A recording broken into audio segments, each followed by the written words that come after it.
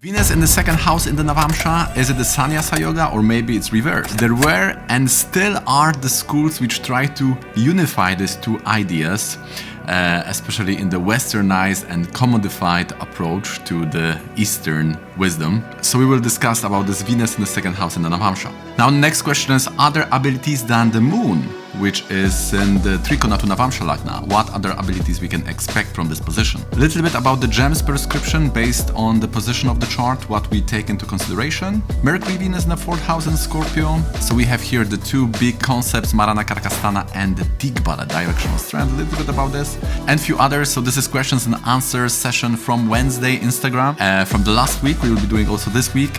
So this is the session 18. If you are brand new here, my name is rgendarz and this channel is all about Vedic astrology in the tradition of Sri Achyutananda with the analytical, example and research-based approach.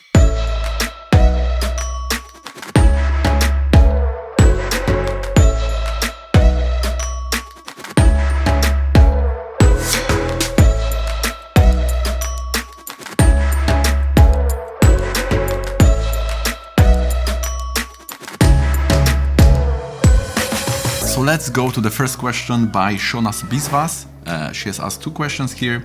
The first is about the abilities in the Navamsha. So just to zoom out a little bit, what is the Navamsha? So we did that activity in the past, so this becomes our nature. The Navamsha calculation is coming from the ninth house, and ninth house is showing our past. So there are many books which says how many single activities which are in the Vedic philosophy called vrittis, how many times we have to repeat one single activity, so doing this vrittis to get the habit. The habit is the samskara. So the Navamsa is like the collection of habits. Now based on this, our nature is built, and if we follow our nature, as Bhagavad Gita says, then this is good for us. We are not lost, and what's most important, we get the results very quickly because we are able in those areas. So we are not going against the grain. We are making the best of our psychological, so by the Linga Sharira, which is our mental body, and also our Stula Sharira, which is our physical body. So we get this path from the Navamsha. Now there may be all types of scenarios in that trikona to Navamsha Lagna. There are many yogas, and also the houses 1st, 5th and 9th, they have a bit different meaning. Also pay attention that this hobby or this ability or this nature of yours must not lead to regular income. So there are also other points to check in the Navamsha if that can be your regular income. For example, we have information that the two benefics in the Navamsha Trikona can bring the author. And for example, if you have grahas in the ninth house in the Navamsha, then this may demand the guru or teacher to develop that ability. Interestingly, the ninth house may also show your attitude towards the guru. So if you have Rahu, Saturn there, it may show that you may be quite revolutionary when it comes to this concept. Now going to the question, we know that when it comes to music, the sun is the main factor, the moon is showing that vocal part of the music. And when it comes to the other abilities, I would divide for the collective, so this is sociology, anthropology, culture, history, people. So if you have moon in trikona, you may love to hear about the history, even things like celebrities and all that is concerning the human interaction. And when it comes to that single studies, single research, then of course the psychology. So when you have the moon in trikona, you may be also interested in this. Now if you will be a doctor, or the therapy centered ability of yours will be developed, then we need to have some Mercury Saturn influence. So also very important, if you have that moon, you need to see how other planets, maybe there is some aspect. Moon Venus will give completely different situation than Moon Jupiter, which can also give author, by the way, in the Navamsha, or Moon Mercury, which can also give a journalist or doctor, or this is completely different, like Moon Mars, which can give also the chemist or biology and things like that. So there are different yogas which are modifying this original source of the moon. Sanjay ji is also saying that this is giving the strong mind. Person is attached to the home, to the mother. There is some vocal music, we have that. There is also compassion in the person. Care, food, healing, all those natural karakas of the moon should be accentuated in you if you have such position. Moon and Venus in the trikona to the Navamsha Lagna can also give a poet. We know that the Venus is the main one, the kavya, someone who can bring that very flowery description of the world. So I have even seen that I have friends with the Venus on the Aruda Lagna, and I have also seen that they can be quite poetic in their communication, expression, and so on. Now, the second question is about the upaya or the remedy. So this is the ratna, this is the Sanskrit word for this. And here, the very important thing when we talk about this general approach, introductory to the remedies, philosophy. So gems are amplifying the things, whatever you have in the chart. If you have negative thing and you are wearing the gem of this will multiply the problem.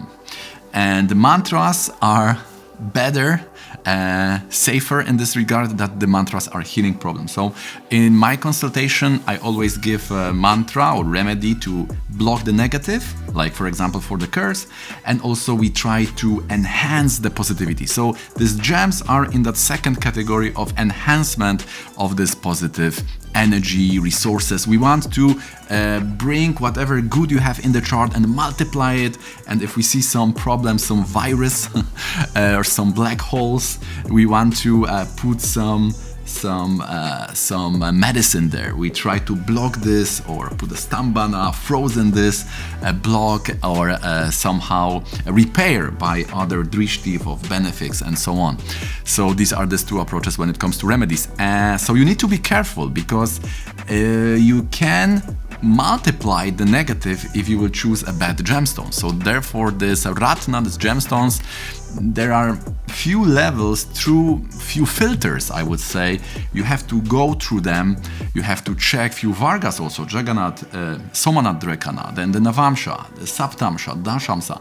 Is that gem not blocking some main energies also in your environment? So when we talk about the ratna, there are also many yogas we can use them, but I have seen that they are very much related to that moon concept, because the significator of the gems itself is the moon. So if you go by this direction, you will not go wrong. So for example, you can give gems which are the 10th from the moon or 11th from the moon. This is always good. Also the second thing in the Shastras, and you will probably see that very popular, we are giving the gems for the 9th house. As Sharavali says, the first thing we should do when we are reading the chart, it should be to protect the negatives in the 9th house, because if there is misfortune, right, the 9th house is about the fortune, so if we have some big baggage of nija dosha, some bad karma from the 9th house, and we will not protect that, then whatever the chart shows, whatever the timing or other remedies, they will not work. So therefore we have this specific attribution or methodology how to give the gem based on the 9th house. This is not so straightforward. For example, if you have Rahu, then we give Jupiter. If there is, for example, Saturn, we try to give Ruby. Also a remedy in the form of mantra for this. For example, for Saturn, we are giving Ruby, but the mantra remedy is Devi. For the notes, it's always yellow sapphire, and the mantra is also Jupiterian centered, so like a guru mantra, like Vyam Vyasa Devaya Nama, and so on for the Rahu in the 9th house.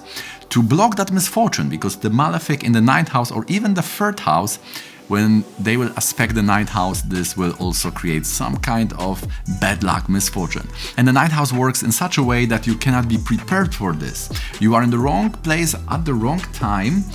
This is something unexpected happening. This is the nature of the 9th house. Especially if it's Badak for Scorpio, then this unexpected feature may be even doubled, right? So this is how it works. So to sum it up, Kendra are the concept of the moon, right? Because of the tide, the lunar concept is Kendra. Therefore, if you have malefics in Kendra, the Sarpa Yoga can give the wild mind. So the Kendras have the moon concept, then the Kendra to the moon, dispositor of the moon, all these we can use as a gems.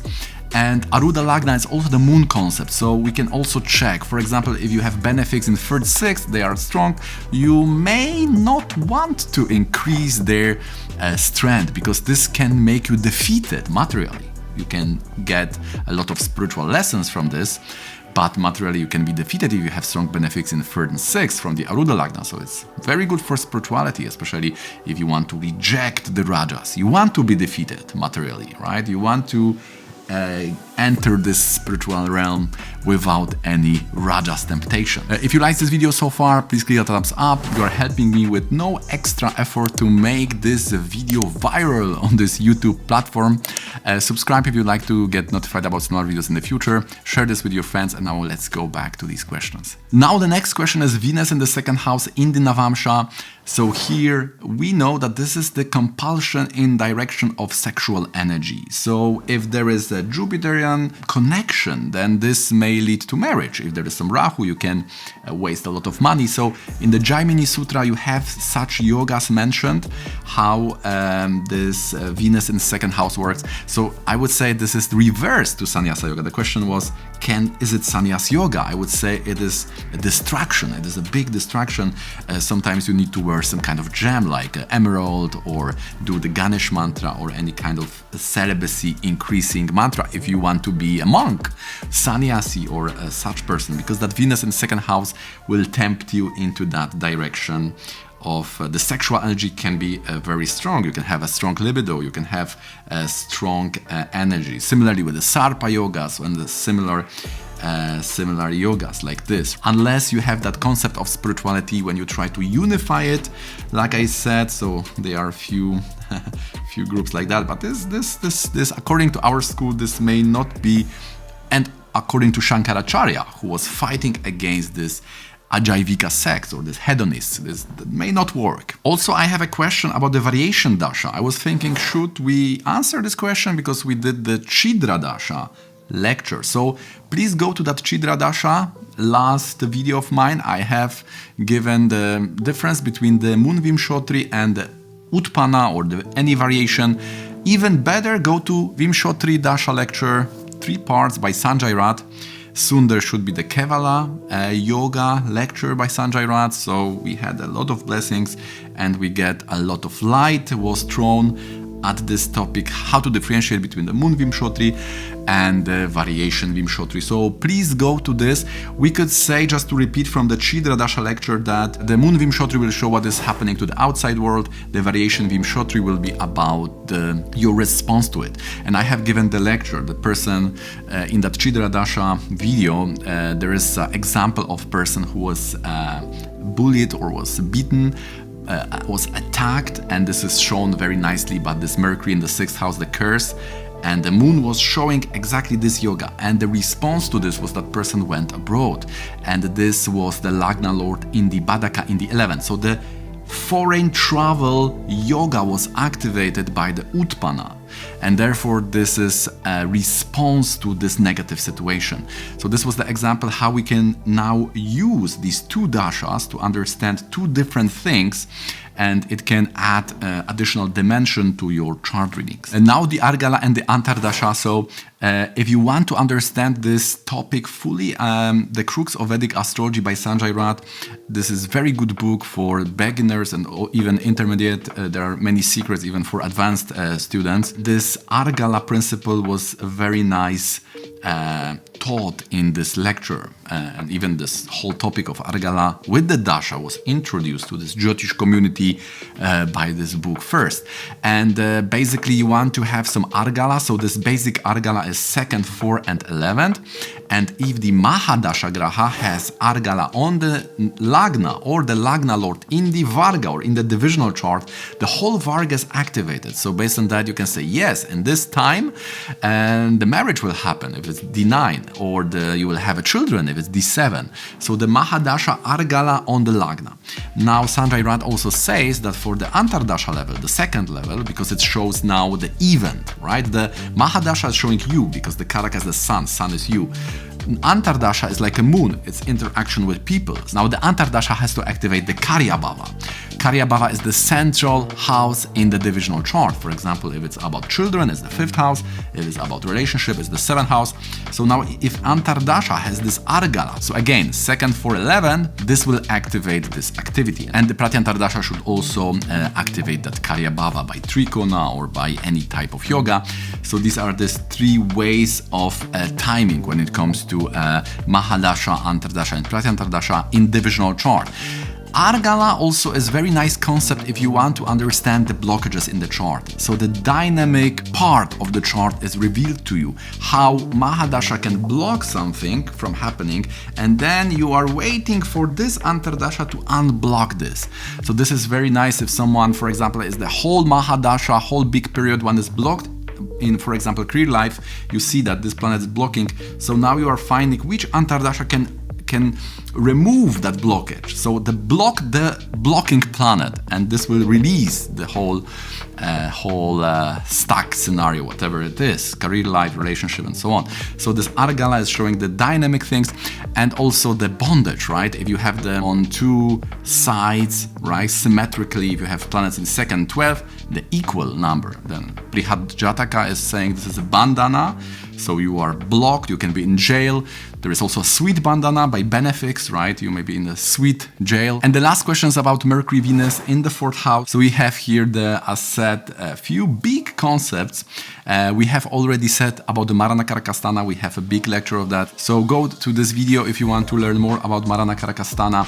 Now we know that Mercury, Venus is a Rajas yoga, and this can mean two things: that you are creating something, so this is very creative potential, because Rajas is like giving birth, it's a Brahma. Brahma is creating the world.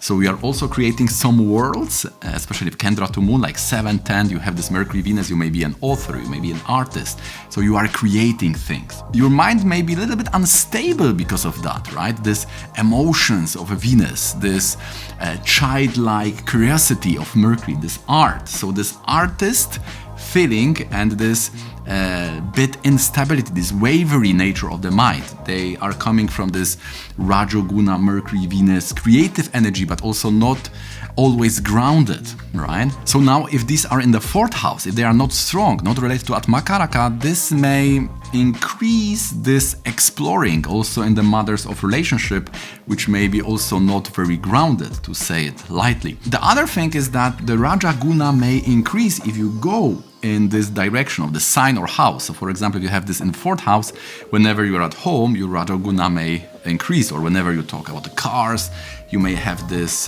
for example, your prana may be spent on objects if you have this Mercury and Venus in 4th, because 4th house also is related to this D16, the commodities we have. Now, if we add Saturn to this is Napumsaka yoga. This is not very good for having children. The person may be infertile. There may be problem with producing, creating, giving birth to children with Saturn, Mercury, Venus yoga. So also when we talk about the Marana Karakastana, the new thing also given by Sandraji is that we can judge them from the 9th house. So Mercury in the 4th will be in 8th from the 9th, which means that in past life one was borrowing the money from other people, and this tendency may also be in this life. So one may have very light approach to money. One may not feel the responsibility, the weight, the really dedication, or not treat it seriously. Always one may think that I can borrow from here, borrow from there. It's like a fun, it's like a game. So let me know if you have Mercury in 4th house. Let me know in the comments if you have some shade or level intensity of such attitude towards money. So this Mercury and Venus in 4th, we know that the 4th house has many indications. It shows the vehicles, it shows the home, it shows the happiness, sukha, it shows the formal education, started with the mother. Traditionally, we have this mind which is in the 4th house, which in negative can give us anxiety. We have the comforts, we have the bandhu, our close friends, also our childhood friends, all that is in the 4th house. So we have this Marana Karakastana in the Rashi. It may show people are sacrificing their energy for us, so they are kind of dying for us.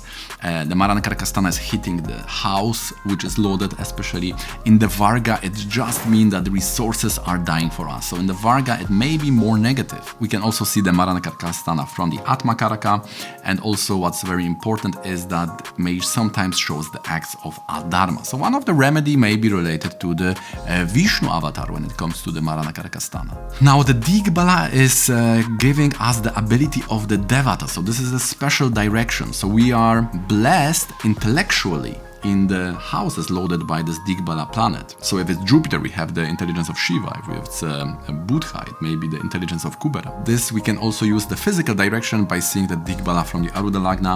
So then this is very useful for this choosing which is the best direction, the city for us to live, and similar questions. If you'd like me to help you to analyze your chart, decipher the yogas in the chart, or assist you when it comes to this important areas like health, relationship, and career life, just hit me up in the email below and we can schedule the consultation for you and see what's there in the Rasi, what's there in the Navamsha, what dasha you are in. So just hit me up in the email below. So I hope this video has enriched your Jyotish arsenal.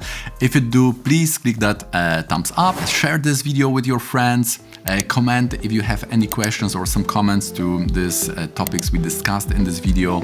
Subscribe if you'd like to be notified about similar videos in the future, and see you in the next one.